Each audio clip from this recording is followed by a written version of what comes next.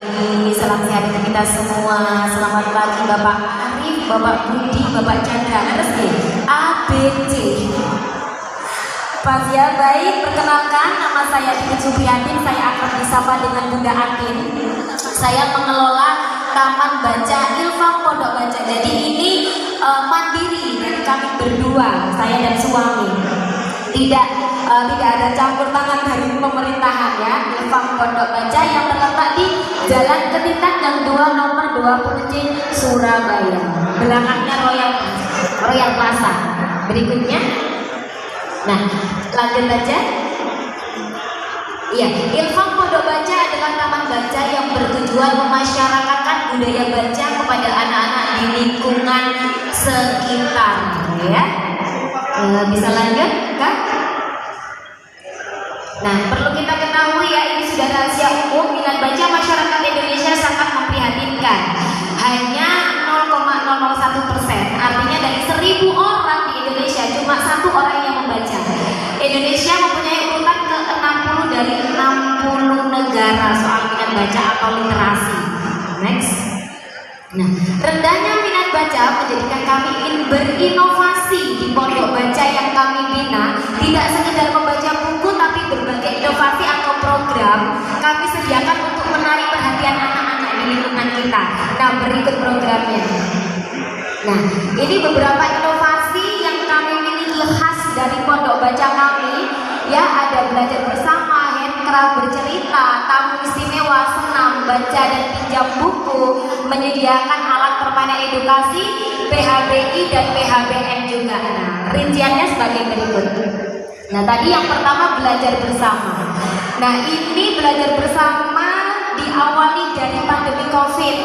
Jadi anak-anak di lingkungan saya yang usia PAUD dan TK tidak ada yang sekolah. Nah, jadi biasanya anak-anak ke saya hanya baca dan pinjam buku. Lalu saya berinovasi dengan suami bagaimana kalau kita juga membina anak-anak untuk membaca, menulis, serta berhitung. Nah, ini. Tapi ternyata meskipun pandemi COVID-19 ini sudah berlalu dan anak-anak sudah sekolah, mereka sudah terlanjur nyaman. Bahkan ada yang usia SD masih tetap nggak mau ini, masih ingin terus ikut belajar bersama. Selanjutnya. Nah, handcraft ya. Salah satu kegiatan yang disukai anak-anak di pondok baca kami adalah handcraft ini, yaitu membuat kerajinan tangan. Sederhana sekali Bapak Ibu semuanya, tidak harus yang mewah. Ini contoh pakai kertas lipat aja. Nah, itu bikin ulat, jadi anak-anak belajar lingkaran, belajar warna, belajar jumlah juga. Tapi kita kemas dalam bentuk handcraft seperti itu. Dan ini hanya pakai tisu biasa, terus digulung pakai kawas. Nah, ini anak-anak akan senang karena handcraftnya ini akan dibawa pulang dan biasanya dibuat oleh-oleh untuk orang tuanya. Next. Selanjutnya ini bercerita. Nah, ini sekarang sedang digalakkan ya. Model bercerita ini sudah banyak ditinggalkan para orang tua, dan saya bersama suami berinovasi pondok baca saya. Apapun kegiatannya, seperti tadi ada kegiatan handcraft, ada kegiatan belajar bersama. Sebelum belajar itu saya akan membacakan buku bercerita terlebih dahulu. Nah, tapi ada hari khusus, ini saya sudah bikin flyer Jumat Berkisah. Itu dihadiri semua orang boleh. Sampai sekarang yang terjauh yang mengikuti Jumat Berkisah itu ada di Kletek.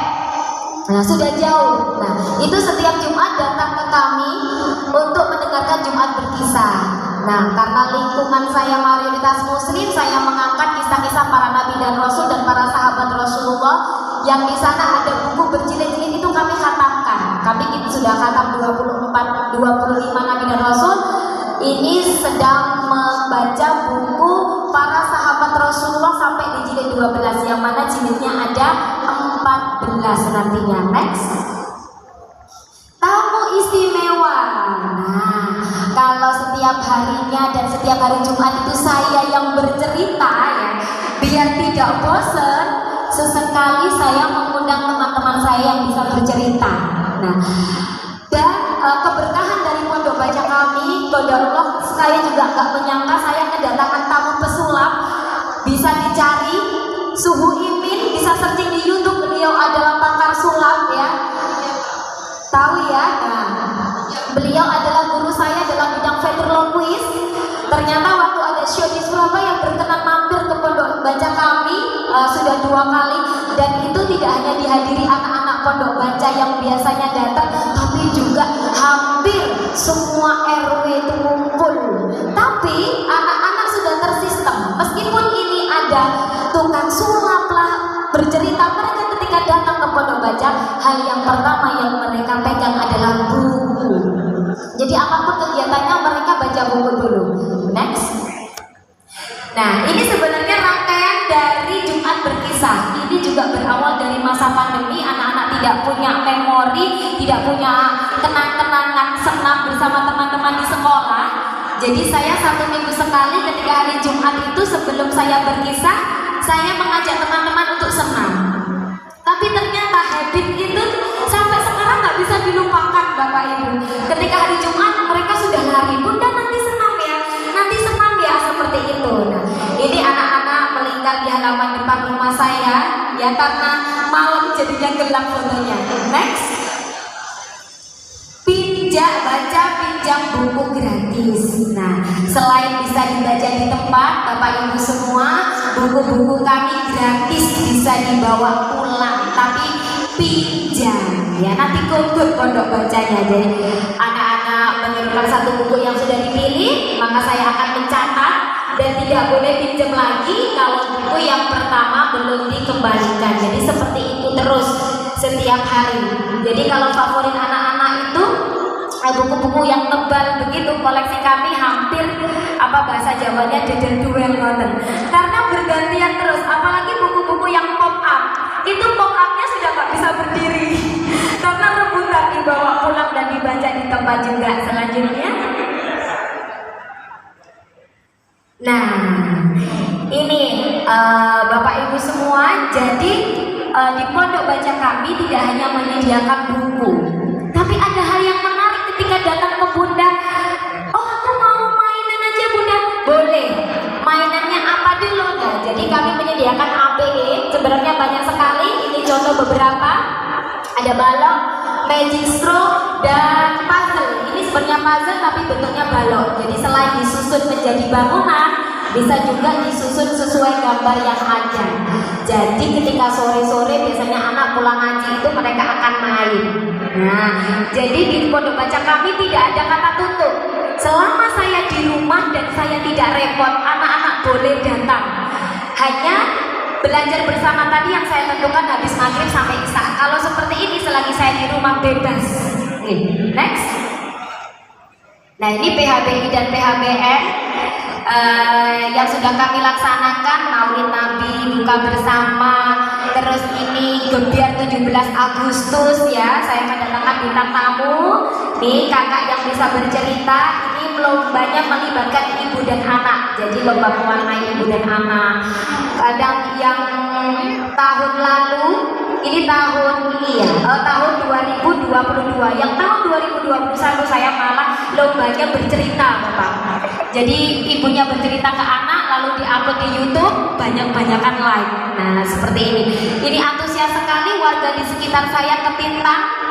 Banyak yang hadir, bukan hanya anak-anak tapi juga ibu. Jadi orang tua yang dulunya itu tidak ngerti judul buku, alhamdulillah kami tidak mempengaruhi anaknya saja, tapi ibunya sudah bisa bilang begini ke saya, Bunda, gara-gara lomba bercerita saya disuruh mewakili sekolah anak saya untuk baca buku. Jadi saya mau bikin buku penyayang seperti Rasulullah. Nah, sudah sampai bisa spesifik seperti itu karena seringnya anaknya meminjam buku. Next. Waktunya habis Bu. Oke, terima kasih. Terima kasih Bu Titi.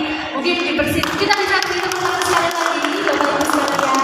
Dipersilakan untuk para juri memberikan pertanyaan.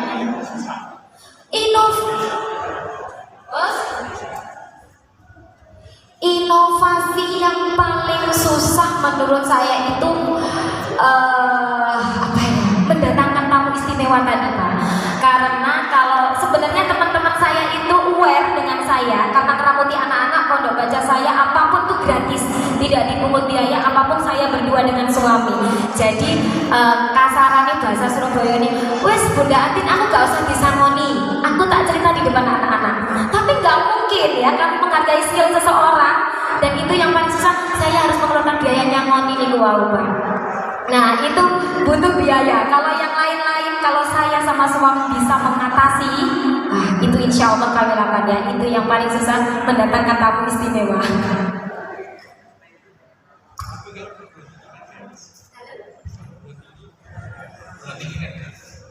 Perguruan tinggi gratis apa nih? Oh ngoten. Oh belum tahu Bapak. Berarti mantan nyata sakit deh gratis. Leres, guru saya wonten sinten Unpa.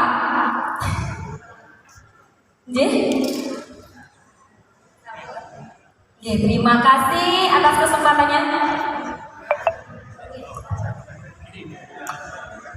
Saya mau tanya, kalau saya boleh tahu jam bukanya jam berapa ya? Iya, tadi saya katakan sebenarnya kan saya di rumah. Kalau saya di rumah itu terbuka selalu untuk anak-anak. Iya, kecuali saya sedang repot. Tapi kalau misalkan main APK tadi Bapak, misalkan saya ada kerjaan, mainnya di teras ya, Bunda sedang ada kerjaan di dalam, tapi teman-teman tetap boleh main di teras. Nah gitu. Kalau hanya ada jamnya itu yang bimbingan belajar bersama itu dari selesai maghrib sampai azan Isya kita beri. Ini kalau saya boleh rangkumkan, ya saya paham ya. Jadi setelah selesai maghrib selalu ada kegiatan setiap leres Senin sampai Kamis, terus khusus untuk Jumat cerita itu tadi.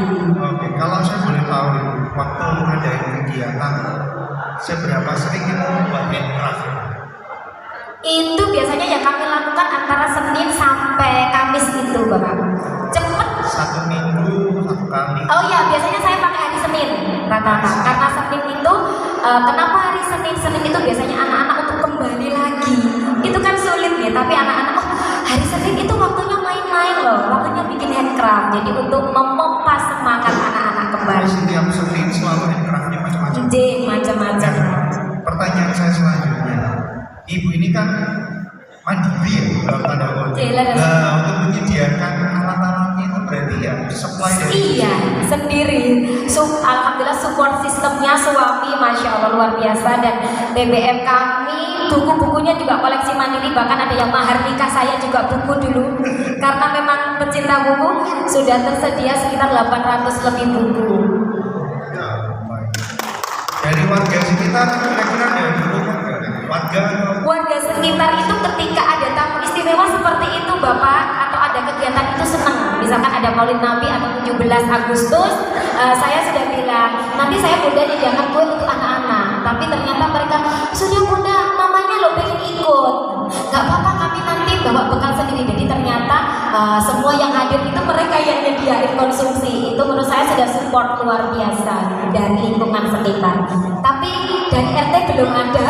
curang dari pemerintah. Kalau untuk lomba-lomba dari mana? Sendiri juga? Sendiri, tapi beberapa tadi saya katakan ada teman-teman selain yang tadi itu sebenarnya saya punya komunitas keluarga ceria itu yang punya semisi, meskipun ada beberapa yang belum seaktif saya. Jadi mereka itu punya perkumpulan di mana di setiap titik itu ada taman baca dari rumah ke rumah. Kadang kalau saya bikin kegiatan mereka support. Nah, entah itu kirim dalam bentuk makanan, entah itu dalam nilai rupiah yang nanti bisa dibelikan hadiah seperti itu. Oke. Terima kasih, itu aja pertanyaannya. Terima kasih. Saya nambah luar biasa. Tadi saya lihat sekitar 800 lebih Bapak. Kenapa? Jujur. Ibu dari kondisi sekitar 800 tadi, apakah buku sudah diolah dan nanti sudah diadministrasi dan artinya apakah sudah Katalog. Kalau secara administrasi, karena saya ini orang yang nggak bisa administrasi Bapak, saya katalog ada. Jadi di buku katalog ada, tapi belum standar internasional kalau saya bilang. Jadi masih suka-suka saya. Misalkan judul bukunya Cita Rasulullah, saya kasih huruf CIN gitu. Gendernya anak, saya kasih anak bawahnya. Terus tahun terbitnya berapa begitu. Penulisnya siapa? Hanya itu.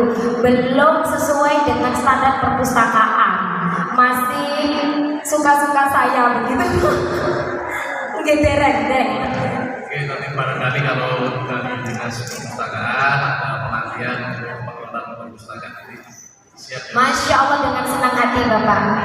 Oke, saya kira Terima kasih atas waktunya. Saya Atin. Wassalamualaikum warahmatullahi wabarakatuh.